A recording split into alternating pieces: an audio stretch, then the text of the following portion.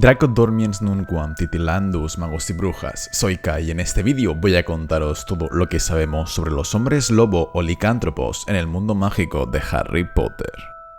Como todos sabemos de nuestra cultura popular, los hombres lobos son personas humanas que se transforman en lobos una vez cada mes durante las noches de luna llena. En la comunidad mágica estaban muy mal vistos, eran tratados como escoria, la mayoría de gente no quería ni dirigirles la palabra, y por lo que sabemos los hombres lobo vivían en grupos entre ellos, habían rechazado la sociedad normal y vivían marginados, robaban y a veces incluso mataban para poder comer. Según Short Stories from Hogwarts of Heroism, Hardship and Dangerous Hobbies, la única manera de convertirte en hombre lobo era que otro hombre lobo te hubiera mordido en su forma lobuna durante una noche de luna llena, pues al mezclarse tu sangre con la saliva del hombre lobo, la contaminación tendría lugar en tu cuerpo.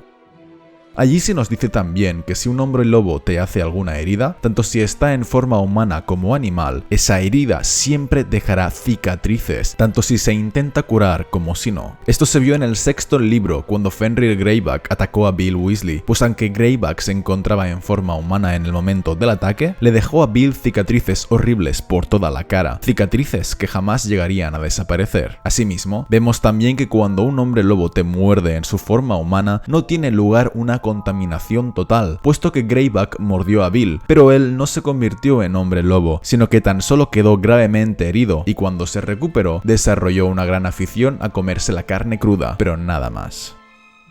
Se nos indica también que los hombres lobo podían contaminar tanto a los magos y brujas como a los muggles, es decir, aquellas personas que no poseían magia alguna. Sin embargo, en la práctica casi todos los hombres lobo eran magos, y eso se debía a tres motivos. El primero era que había magos y brujas que se dedicaban a cazar o estudiar a los licántropos, de manera que corrían un mayor riesgo que los muggles comunes. El segundo era que para los hombres lobo, los magos tienen un sabor mejor que los muggles. De alguna manera es como si la sangre de los magos les diera mayor gusto, así que trataban de morderles a ellos antes que a un muggle. Y el tercero era que los muggles son mucho más propensos a morir por las heridas de un licántropo, mientras que los magos y brujas, por naturaleza, tenían mayores probabilidades de sobrevivir a las heridas y de convertirse entonces ellos mismos en hombres lobo. Aún así, esto no implica que todos los magos sobrevivieran siempre a todos los ataques, porque por ejemplo en el sexto libro se nos cuenta que Fenrir Greyback atacó al hermano pequeño de las Montgomery, que tenía solo 5 años, y el chico murió poco después en San Mungo debido a las heridas. Y por lo que hace a la mayoría de mitos y leyendas de los muggles con respecto a cómo matar a los hombres lobo, en general son erróneas. Se suele creer que pueden ser asesinados con armas de plata, ya sea con balas o con armas blancas, pero en el mundo mágico esto no es así, sino que la plata no afecta a los licántropos de ninguna manera. Lo único que hace es que se ve que si mezclas plata pulverizada y una planta llamada Dittany o Origanum dictamnus y lo aplicas a una mordedura de hombre lobo reciente, la herida será curada, aunque quedarán cicatrices y serás contaminado de todos modos. En el librito de Animales Fantásticos y dónde encontrarlos se nos indica que nadie sabía cómo surgió la enfermedad de los licántropos, es decir, nadie sabía cuál es su origen. Actualmente se encontraban repartidos por todo el mundo, aunque se creía que su primera aparición fue en el norte de Europa. No sabemos cuándo fue eso, pero por lo menos debió de ser antes del siglo XVII, que es cuando tenemos la primera fecha sobre algo de historia. En concreto, en 1637, un código de conducta de los hombres lobo fue desarrollado por el Ministerio de Magia de Gran Bretaña, mediante el cual los hombres lobo debían firmar, pero nadie lo hizo, puesto que nadie estaba preparado para entrar al ministerio y admitir que era un hombre lobo. Ese mismo problema también lo sufrió el posterior registro de los hombres lobo, que durante años se ha mantenido incompleto y de escasa fiabilidad. En 1811, el ministro británico Grogan Stamp dividió a las criaturas mágicas en 3 tipos: seres, bestias y espíritus, siendo los seres aquellos que podían entender las leyes mágicas y las bestias aquellos que no. Y desde entonces los hombres lobo han dado tumbos lobos de una a otra división, dado que en forma humana podían entender las leyes, pero en forma lobuna no, y nadie pudo nunca decidir si debían ser clasificados como seres o como bestias. En consecuencia, se fueron creando diferentes departamentos para ellos con el paso del tiempo, hasta que en un momento determinado existió una oficina de servicios de apoyo para hombres lobo en la división de seres, y el registro de hombres lobo y la unidad de captura de hombres lobo estaban en la división de bestias. Nadie se presentó nunca para los servicios de apoyo, dado que ningún hombre lobo quería admitir que lo era, así que la oficina fue finalmente cerrada. Los hombres lobos son, de entre todas las criaturas fantásticas, una de las únicas que se dedica de manera activa a cazar seres humanos, pues los prefiere antes que cualquier otra presa. Su clasificación por el Ministerio de Magia es de 5X, lo que indica el grado máximo de peligro y que son criaturas con reputación de asesinar magos e imposibles de entrenar o domesticar. Sabemos que la transformación de hombre lobo era extremadamente dolorosa y también muy rápida, y son sucedidas por varios días de palidez y mala salud.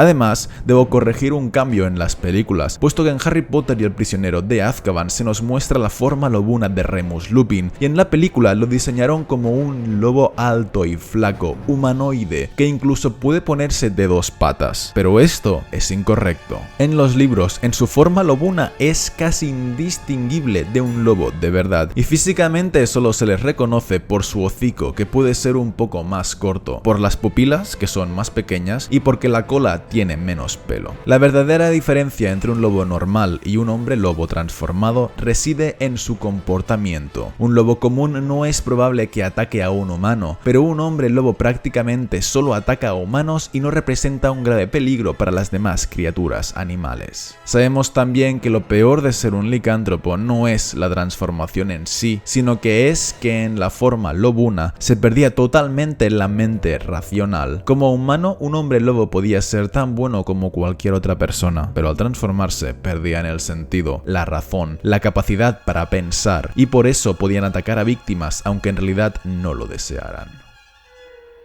En la saga de Harry Potter aparecen 4 hombres lobo. A uno todos le conocéis, que es Remus Lupin, un miembro de la Orden del Fénix. También había por lo menos un cuadro de un hombre lobo en Hogwarts, que en concreto se encontraba de camino a la Torre Norte. Y en San Mungo, tras el ataque de Nagini, el señor Weasley compartió habitación con un hombre lobo, que estaba también como paciente. Sin embargo, el peor hombre lobo de todos era sin duda alguna Fenrir Greyback. Greyback fue el hombre lobo que mordió a Lupin cuando era niño. Sabemos que era el más salvaje de todos los que vivían actualmente. Estaba tan loco que incluso siendo humano intentaba morder y desfigurar a la gente, manteniendo sus uñas afiladas como garras para ese propósito, y consideraba que su misión en la vida era morder y contaminar a tanta gente como fuera posible, pues quería crear suficientes hombres lobo para derrotar a los magos. Sabemos de hecho que durante la Segunda Guerra Mágica, Dumbledore envió a Lupin a vivir entre los hombres lobo como un espía, y allí se descubrió que casi todos ellos estaban en el bando de Voldemort. Le apoyaban porque creían que vivirían mejor bajo su gobierno, y Voldemort utilizaba Greyback para reclutarles, prometiéndole presas a cambio de sus servicios. Resulta curioso, porque en el librito de Animales Fantásticos se nos dice que no existía cura posible para los hombres lobo, pero Gilderoy Lockhart explicó en una de sus clases que existía un hechizo llamado Omorphus, que permitía devolverle a un hombre lobo transformado su estado humano de manera permanente, es decir, permitía curarle de su enfermedad. Digo que resulta curioso porque Lockhart era un farsante, pero cuando Harry y Ron se encararon a él, Lockhart reveló que había desmemorizado a un mago armenio feo y viejo, que era quien de verdad había librado de los hombres lobo a un pueblo. Esto significa que la historia de cómo se acabó con un hombre lobo es verídica, aunque lo del hechizo Morphus probablemente fuera una invención de Lockhart, porque si de verdad existiera un hechizo para curar la licantropía, pues seguro que por ejemplo Dumbledore se lo habría hecho a Lupin. Pero, si más no, resulta curioso que Lockhart pudiera publicar mentiras de este calibre en sus libros y que ninguna autoridad mágica cuestionara públicamente si sus aventuras de verdad habían sido reales. Por tanto, concluimos que no existe cura para la licantropía, aunque sí que sabemos que a finales del siglo XX se diseñó una poción para suavizar los efectos de la transformación, una poción llamada poción matalobos, que si se tomaba la semana antes de la luna llena, permitía al hombre lobo mantener su conciencia durante la transformación. Así pues, durante la luna llena se transformaba, pero en un lobo inofensivo, que no tenía más que esperar hasta que se hiciera de día. Por desgracia, esta poción era extremadamente difícil de elaborar, y por ejemplo Lupin solo se la pudo tomar en Hogwarts porque Snape la estuvo elaborando para él. Y para terminar con este vídeo, solo me falta hablar sobre la reproducción de los licántropos. Normalmente los hombres lobo no se casaban porque están marginados por la sociedad, pero en los extraños casos en los que se casaban y engendraban hijos, estos hijos no tenían signo alguno de licantropía. Por otro lado, si dos hombres lobos se encuentran y tienen relaciones mientras están transformados, podrían tener hijos, que serían cachorros de lobo idénticos a los normales, no humanos, pero con una inteligencia muy superior. Sabemos que, según Tom Riddle, Hagrid intentó criar a unos cachorros de hombre lobo cuando estudiaba en Hogwarts, y sabemos también que más tarde unos cachorros fueron dejados en libertad por Dumbledore en el bosque prohibido de Hogwarts, así que es posible que los que se dejaron en el bosque prohibido fueran los de Hagrid. Sabemos que se convirtieron en lobos hermosos y de inteligencia inusual, que permanecieron viviendo en el bosque, y de ahí surgió la leyenda entre los estudiantes que en el bosque prohibido vivían hombres lobo, lo cual en realidad no era del todo correcto. Y con esto termina mi vídeo sobre los hombres lobo y los licántropos en el mundo mágico de Harry Potter. Espero que os haya gustado y que os haya servido, y nos vemos en el siguiente vídeo.